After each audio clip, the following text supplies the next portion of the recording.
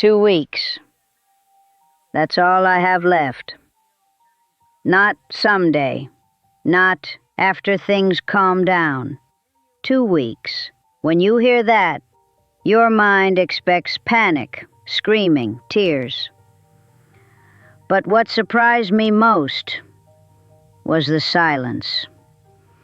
Because once the noise fades, something terrifyingly clear appears. The truth. When you are 103 years old, people speak to you very softly. They lean in. They repeat themselves. They assume you are already half gone. But I am still here. I can still see clearly. I can still remember clearly. And I can still tell the truth. I have 2 weeks left. The doctors did not say it dramatically. There was no pause, no music, no warning. Just a sentence spoken the same way someone might tell you the weather. 2 weeks. And in that moment I did not feel fear. What I felt was something much heavier. Clarity. You spend your whole life thinking clarity comes from experience, from success, from age. But that is not true. Clarity comes when there is no more time left to pretend.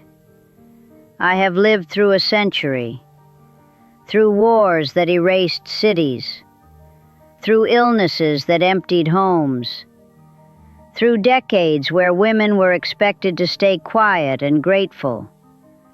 I have seen the world change its clothes many times, but underneath, people have stayed the same, still rushing, still postponing, still convinced that life will begin later.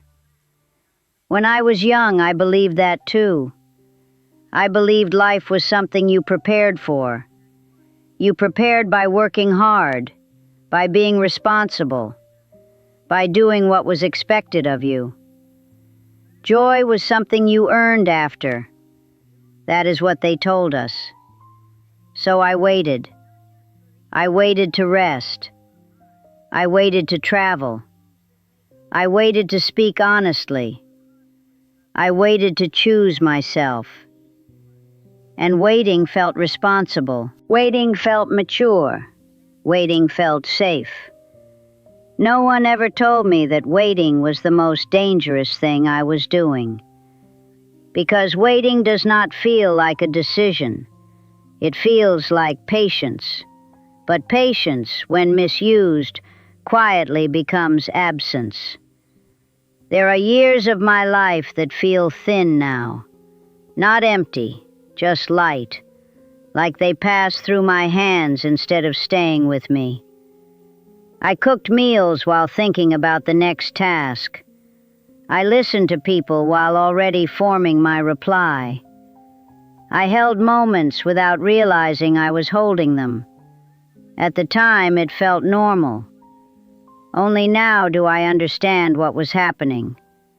I was present in my body, but not in my life. You don't notice this while it's happening. Distraction does not announce itself. It feels productive. It feels necessary. It feels like responsibility. But when you reach the end, you realize how expensive it was. People often ask me what my biggest regret is. They expect a dramatic answer.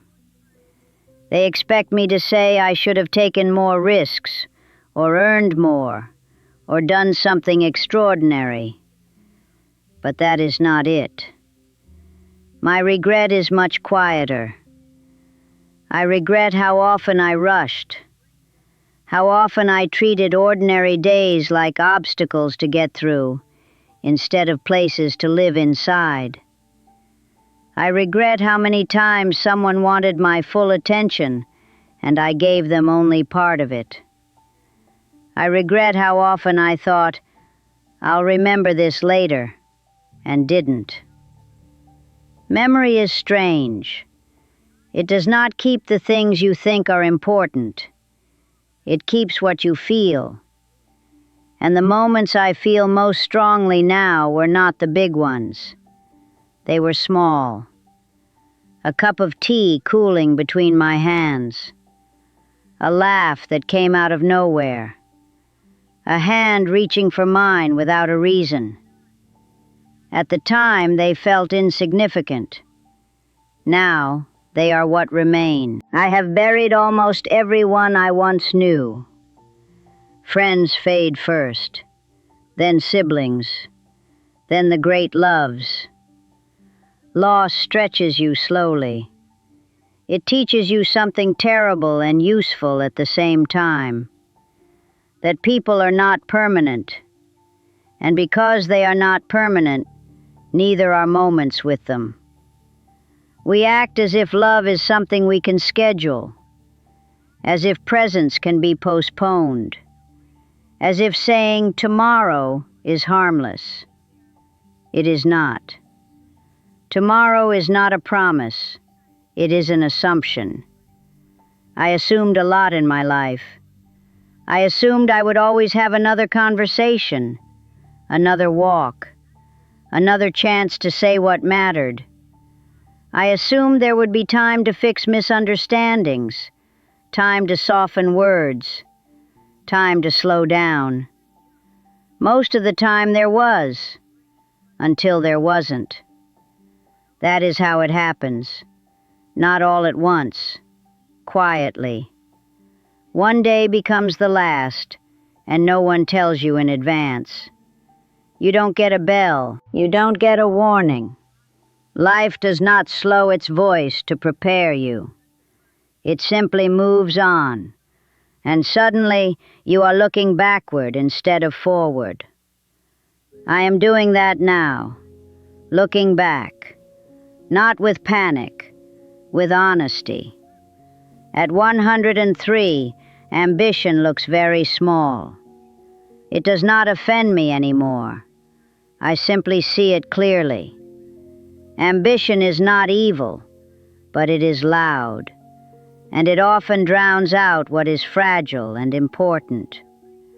We tell ourselves we are building something, a future, a life, security. But sometimes we are just filling time so we don't have to feel it. Feeling takes courage. It requires you to stop moving, to sit inside your own life long enough to notice it. Most people never do. They stay busy. Busy enough to avoid silence. Busy enough to avoid themselves. I did that too. Not dramatically, politely, respectably, and that made it harder to see. I did what was expected. I followed the rules. I postponed joy in reasonable ways. And because it was reasonable, no one questioned it. Not even me. If you had asked me at 50 whether I was happy, I would have said yes. And I would have meant it. But happiness is not the same as aliveness. Happiness can exist alongside numbness. Aliveness cannot. Aliveness requires presence. It requires attention. It requires risk. I did not understand that until much later. By the time I did, the days were already shortening. Your body teaches you things your mind ignores. Mine began to slow before I allowed myself to. Walking took longer. Mornings felt heavier. I thought that was age. It wasn't. It was my body asking me to arrive, to stop rushing through moments that were already numbered. I wish I had listened sooner, because here is the truth no one likes to say out loud. You do not get to live your life later.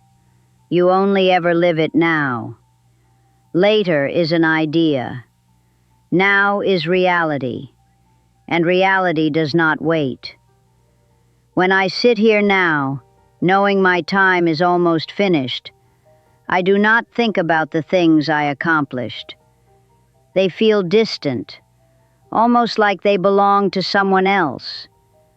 What I feel close to are the moments where I was fully there, where time disappeared because I was inside it instead of running ahead of it. Those moments were rare, not because life didn't offer them, but because I often refused them. I was tired. I was distracted. I was convinced something more important was coming. Something always is, until suddenly nothing is. That is when clarity arrives, not as a punishment, as a gift you receive too late to fully use. I am not bitter. I am not angry. I am simply awake, and I am telling you this because you are not at the end. Even if you feel behind, even if you feel lost, you are earlier than you think.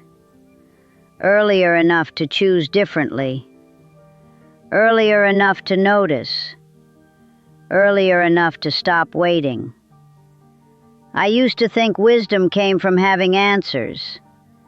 Now I know it comes from asking better questions. Like, why am I rushing through this day? Who am I postponing being present with? What am I sacrificing that cannot be replaced? These are not dramatic questions, but they are dangerous. Because once you ask them honestly, you cannot unsee the answers. I see them now, all of them, and with 2 weeks left, I find myself wishing not for more time, but for more moments where I had truly been there, fully, without distraction, without urgency, without the belief that something better was waiting ahead. Because nothing was waiting ahead. Life was already happening, and I was often just passing through it.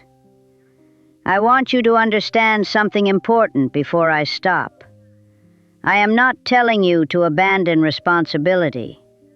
I am not telling you to run away from your life. I am telling you to arrive inside it. To stop treating your days like something to survive. To stop assuming that what matters can always be done later, because later is not guaranteed. Presence is, only now, and now is fragile. I know this because I am standing at the edge of it, looking back, and what I see most clearly is not what I did, but what I delayed, and how quietly those delays shaped everything. I thought there would be time to slow down. I thought there would be time to be softer. I thought there would be time to sit without needing a reason. I was wrong. And that realization did not come when I was young. It came when I was almost finished, which is why I am speaking now. Not loudly, not urgently, just honestly.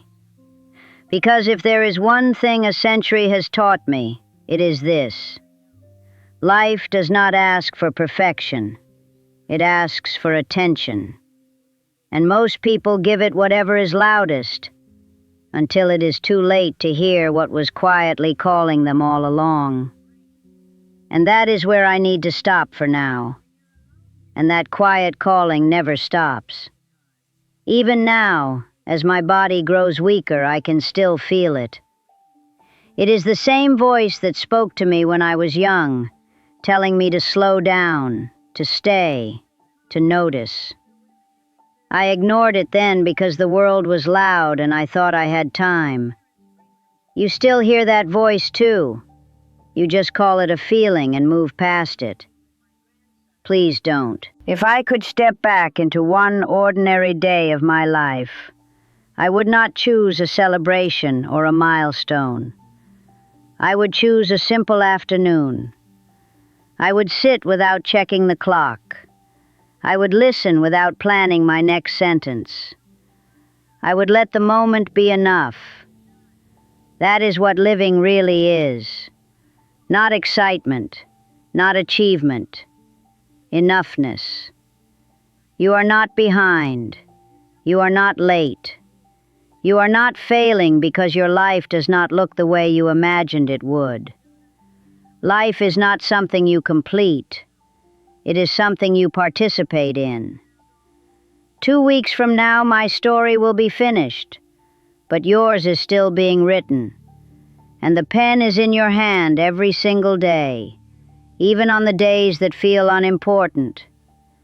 Do not wait to be more worthy before you live. Do not wait for permission to slow down. Do not wait for the perfect version of yourself to arrive. Be here. Be gentle. Be present. One day, far from now, you will look back too. And when you do, I hope what you see is not a life you survived, but a life you actually lived.